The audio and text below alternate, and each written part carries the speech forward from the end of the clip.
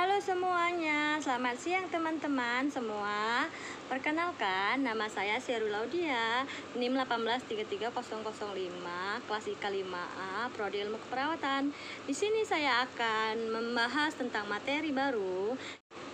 Baiklah, kali ini saya akan membahas tentang materi tendensi sentral. Mohon disimak ya. Ayo disimak terus ya teman-teman.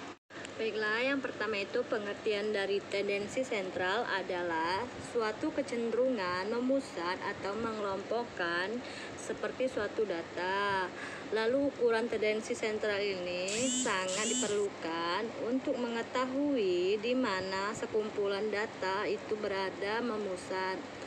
Lalu ukuran tendensi itu ada 3 macam, yaitu yang pertama ada satu mean, yang kedua median, yang ketiga itu ada modus. Nah, jadi pertujuannya itu untuk mendirikan ciri khas tertentu yang ada di dalam bentuk suatu nilai bilangan yang merupakan ciri khas dari bilangan tersebut.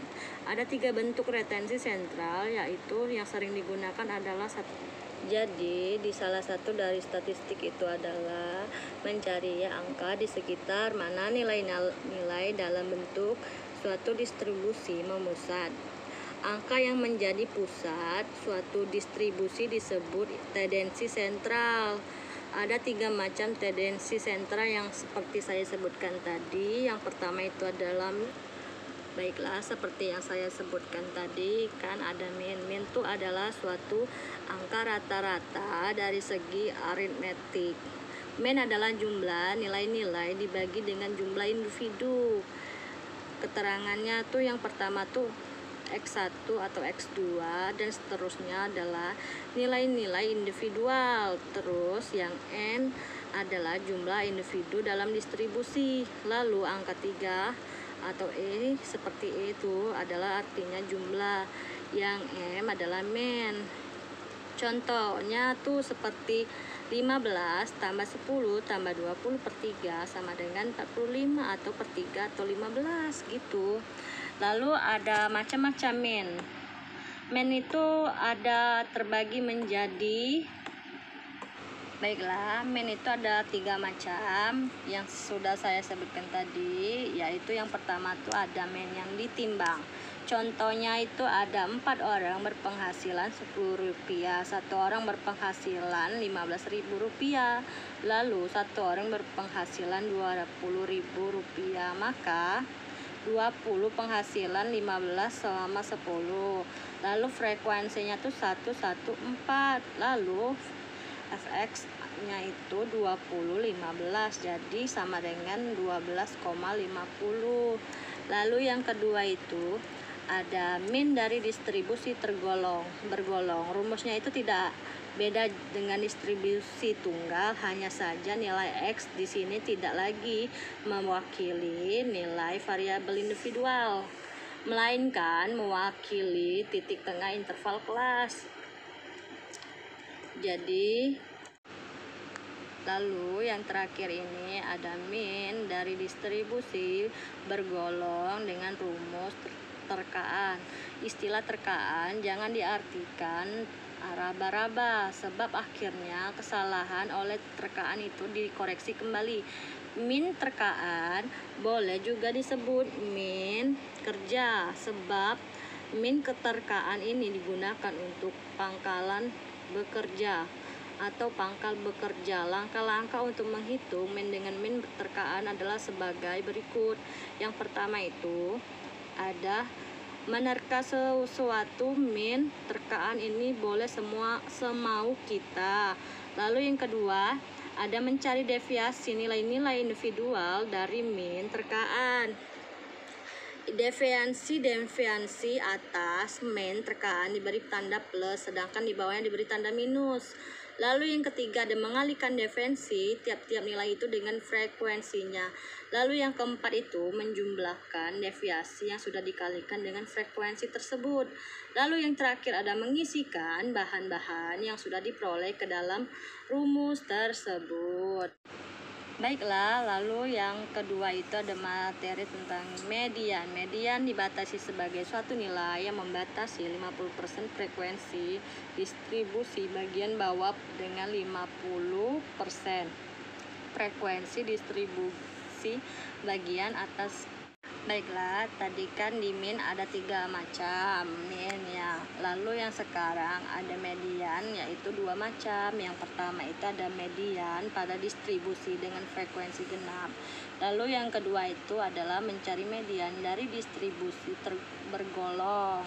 Yang pertama itu kan tadi median pada distribusi dengan frekuensi genap, yaitu bila di mana suatu distribusi mempunyai frekuensi genap, maka median dihitung secara kompromi, yaitu dengan membagi dua nilai-nilai variabel yang ada di tengah-tengah distribusi. Misalnya ada 4 orang, masing-masing mempunyai tinggi badan 162, 164 dan 166 cm. Maka median tinggi badan keempat orang tersebut adalah 163.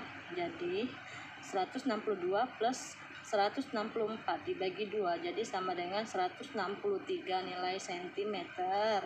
Lalu yang kedua itu kan ada mencari median dari distribusi bergolong, yaitu adalah median BB berat badan bawah atas nyata dari interval yang mengandung median, lalu plus C VB frekuensi kumulatif, frekuensi meningkat di bawah interval yang mengandung median. Lalu ada VD, yaitu frekuensi dalam interval yang mengandung median. Lalu I ada lebar interval.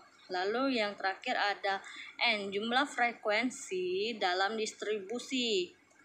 Baiklah, kemudian ada tentang mode. Mode adalah suatu nilai yang sering muncul frekuensi terbesar dalam rangkaian data itu. Berdasarkan jenis distribusinya, mode dapat dibatasi sebagai, yaitu dalam distribusi tunggal, lalu ada dalam distribusi bergolong. Nah, yang pertama itu kan dalam distribusi tunggal, yaitu nilai variabel yang mempunyai frekuensi tertinggi dalam distribusi. Lalu yang kedua itu ada dalam distribusi bergolong, titik tengah interval kelas yang mempunyai frekuensi tertinggi dalam distribusi. Mode ini ada beberapa macam juga. Yang pertama itu ada mode dalam distribusi tunggal. Dalam serangkaian nilai, misalnya 5, 6, 7, 7, 7, 7, 8, 8, 8, 9, 9. Nilai yang timbul paling banyak adalah nilai 8, dan nilai 8 itu disebut mode dari distribusi nilai-nilai itu sendiri. Lalu yang kedua ada mode dalam distribusi bergolong. Bila mana kita telah memahami pengertian tentang mode dalam distribusi tunggal, tidak sukar sekiranya kita memahami mode dalam distribusi tergolong sebagaimana contoh tersebut. Jadi, definisi yang telah dikemukakan di atas adalah definisi dari apa yang disebut mode kasar. Akan tetapi, bila mana kita hitung mode dari distribusi frekuensi, kita membedakan antara apa yang disebut dengan mode asli dari mode kasar itu sendiri. Mode asli adalah suatu nilai dalam distribusi yang menjadi pemusatan dari nilai-nilai lainnya, atau dengan kata lain yang paling banyak timbul dibandingkan dengan nilai-nilai lainnya. Bila mana skala pengukuran diperinci menjadi unit-unit kecil, bila mana A nilainya dicatat teliti-telitinya, dan bila mana jumlah frekuensinya besar sekali, maka mode kasar akan sangat mendekati mode asli. Akan tetapi biasanya mode kasar hanya merupakan pendekatan saja kepada mode asli.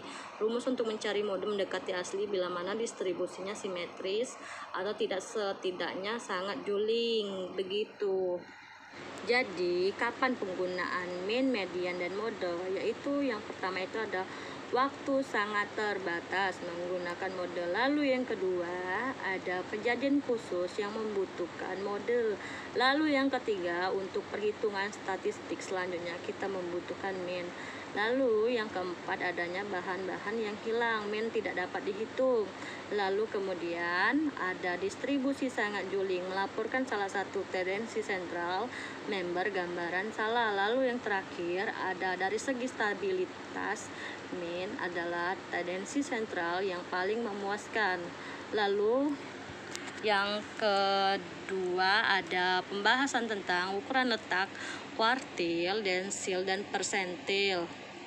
Yaitu yang pertama itu akan ada kuartil. Kuartil itu sendiri suatu jika sekumpulan data yang sudah disusun menurut nilainya dibagi menjadi 4 bagian yang sama banyaknya, maka ketiga bilangan pembagian disebut dengan kuartil. Ketiga kuartil tersebut adalah kuartil ke-1, kuartil kedua, dan kuartil ketiga yang dilambangkan secara berurutan mulai dari yang paling kecil dengan K1, K2, dan K3.